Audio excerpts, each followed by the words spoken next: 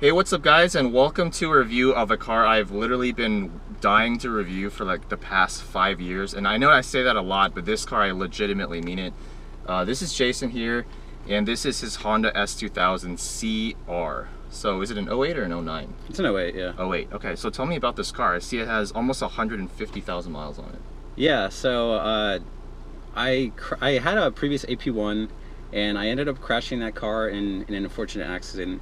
And I was looking for a replacement car, and I was sitting down because I had surgery. I was on the computer for months and months and months, and somebody sent me this car on Instagram, which was actually really surprising. It wasn't on S2KI, or it wasn't on any Facebook group, and they sent me on Instagram. And I'm the kind of person that likes really high mileage cars, I guess, because they're cheap. You get a deal. Yeah, you get a deal. They're cheap, and I don't know, I just kind of like wrenching on cars, so it provides a lot of stuff for me to work on. It's kind of like the NSX, where whenever you look at it, you're like, this is the best time to buy it. It has to be right now, or else the price is just going to fly away from you. That's a good point. So this was just kind of like the perfect car for me to buy.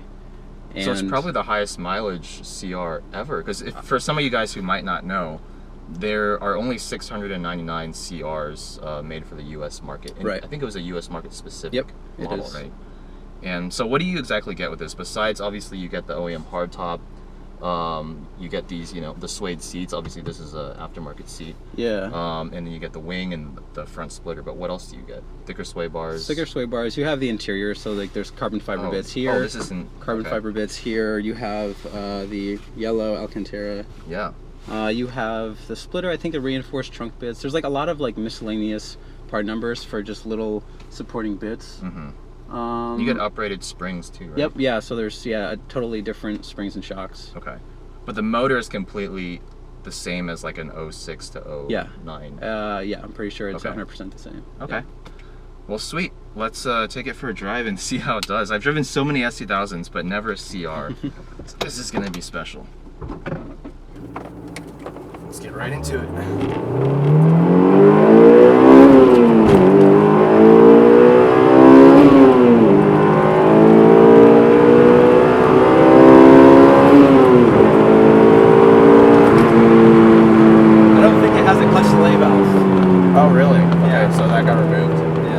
Man, the AP2 motor is so smooth. So I just put an AP2 motor in my AP1, and it feels even smoother in this car, but I think that's just because the chassis is a little stiffer or something. I think the Flash Pro helps too. Oh, you have a Flash Pro, that's right. Yeah. So this car's all stock, right? Except for the seat, obviously, and the Flash Pro. And tires and pads. And tires and pads. And you're running ankle bars 3s, right? Yeah, otherwise it's completely stock. This car just feels so much more refined than my AP1. It's hard to explain. Whenever somebody else drives the car, they just say it feels more planted, which is kind of like a really generic term, but I think it's the culmination of everything put together that just makes it feel like a more solid car. Because you don't get anything, you're not going to get drastically different performance with this car. I mean, it has the same motor. It has some aero, which I think in some of the early tests when this car first came out, the acceleration, like the 0 to 60 and the quarter mile, actually went down compared to the regular S2000. Probably, yeah. Because of the drag. Yeah, I mean, this car is really designed as more of a autocross and track day special. Oh, the steering rack is shorter too. Oh, it has a tighter steering rack. I think it's closer to an AP1. Okay. The on-center feel is a lot better than my cars for some reason. But are you running 215s in the front? 225s. 225s? So that's probably why, yeah. Because I'm on a square 255 setup. I used to be all about the AP1 life. I mean, I still do have an AP1, and I used to be really, prideful about that 9000 Redline. But of course. After you deal with burning oil and just like it's an inferior engine. Yeah, it is absolutely.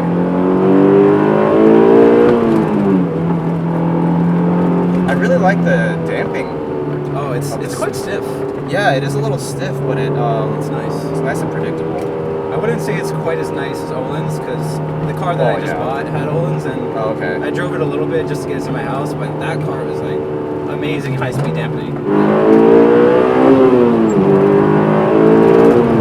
Yeah, I love the Olin's on my car.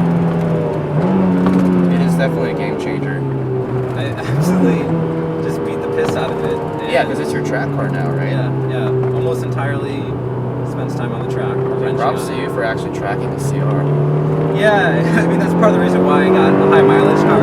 Yeah, because I wouldn't care about it as much. It's like every time I visit the track on every time I visit the track in like a low mileage CR, I feel like just like losing thousands of dollars of value. That's definitely true.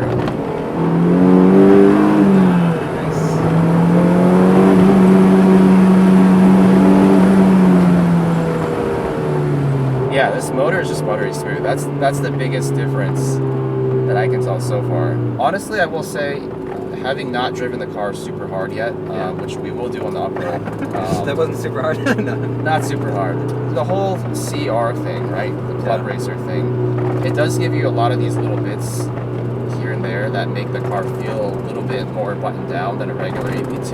Yeah. In terms of investment, it's it's probably worth it, or it was worth it a while back. Now they're kind of creeping up.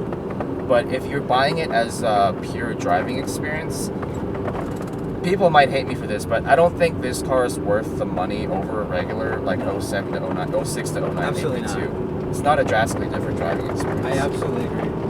Like before I had the CR, I had this sort of, I don't know, dreamy, whimsical attitude towards the CR. Like it's some really like it's only natural, like a unicorn. Yeah.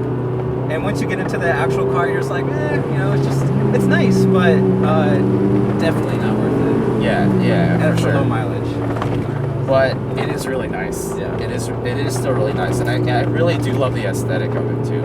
I bought it for 18 grand. Wow, 18 grand. Yeah. That is so cheap. Well, it's a lot of money though for, 140,000 mile car, true. but the way I rationalized it at least was that if I wanted to buy an 08 with the same miles, it would probably be like around 12 grand? Or 13. And then for me, it's like the hardtop, the seats, all the add-ons I could sell technically if I wanted to. That's a good point, yeah. So I was like, the hardtop's $4 grand out here. That alone. Yeah, $4 grand out here. That's crazy. There's the VTEC.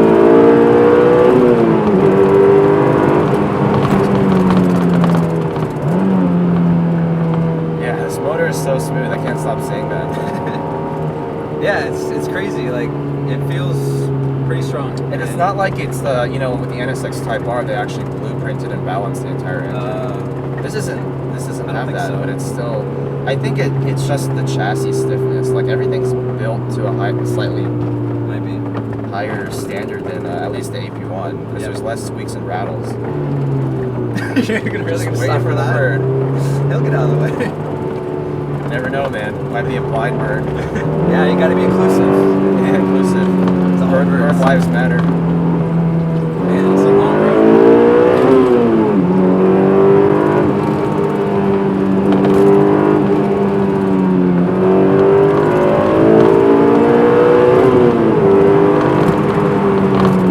I like the steering feel, but I think that comes down to the narrow front tire. Because at the limit, the car does seem a little bit more understeered. Personally, it's felt like if I'm in the middle of a corner, like say turn 2 at Thunder Hill West, if I'm light on the gas, I'm just kind of steering. I'll have to like almost seesaw to get some traction, but it's just understeering. But then if I really gas it, then you get power oversteer. Yeah. Okay. I don't really feel like it advanced enough of a driver to really point out the minute understeer or oversteer differences of the car. But to me, it feels relatively neutral. I mean, in the canyons, it's definitely really neutral. I think if you do get the car to understeer in the canyons, you're probably just not driving it with the right technique like I was back there. I think trail braking would go a long way in this car. Yeah, trail braking definitely steps out. Like turn 2 at Laguna, easily. So what are your plans with this car in terms of modifying it? Are you going to keep the original CR kind of look? That is a great question. The faster I get on track and the closer I get to the limit, I'm like, I should probably put a bar in here. Yeah. I should probably get harnesses. And then it's kind of debatable whether I cross into like the point of no return or not. Because part of me thinks that if somebody's going to buy a CR with this high of miles, they probably want to track it.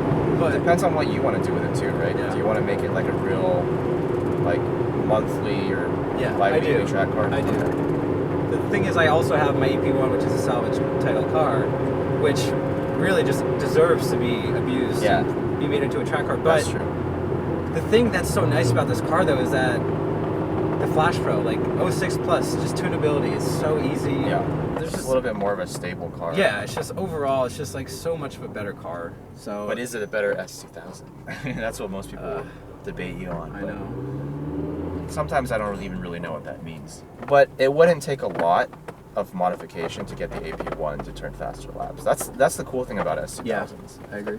Like, they're all so close. All right, so yeah, first impressions of the Honda S2000 CR. We're definitely gonna take it for another drive on the way back, but it's an S2000. That's all I can really say. It's not going to blow your mind if you're pretty familiar with just normal S2000s. But even then, like, it's still a really nice driving experience, and I would argue that, like, there's nothing really on sale today that would give you like this overall driving experience. I mean, it's lightweight, but it still has a high revving NA engine. So that rules out cars like the new Miata, which is a great car in its own right. But just the whole package that this car gives you is really hard to find. Even though you bought this car really high mileage, it's a pretty good investment. Yeah. I don't think it wasn't like a bad buy for sure. Yeah. Honestly, if I saw one of these for sale for like less than 20 grand, it almost seems like a no-brainer. Yeah. Like, almost regardless of mileage. By the way, Jason has a YouTube channel as well. A bunch of you guys probably have already seen it. It's called DIY Guys, no underscore or anything, right? No, just DIY Guys. And he does a lot of track day videos, but your bread and butter is more like obviously DIY S2000. Yeah, I just kind of watched a lot of people, like a lot of subscribers probably watch Zentrose as well. Yeah. And he kind of differentiated into other cars, and I was like, oh, I want these DIY, so I was like, I'm just gonna try and carry on his legacy, I guess. And yeah, and I've definitely watched a lot of your videos just to do basic things like the VTEC solenoid gaskets, for example, and just like random stuff here and there, and they're just really well done videos, very succinct and to the point, not too much talking. It's just like, if you want to fix this thing on your car, here's how you do it in 2 minutes. Right. So check out his channel if you haven't already. I'll put a link in the description, and we'll see you guys next time.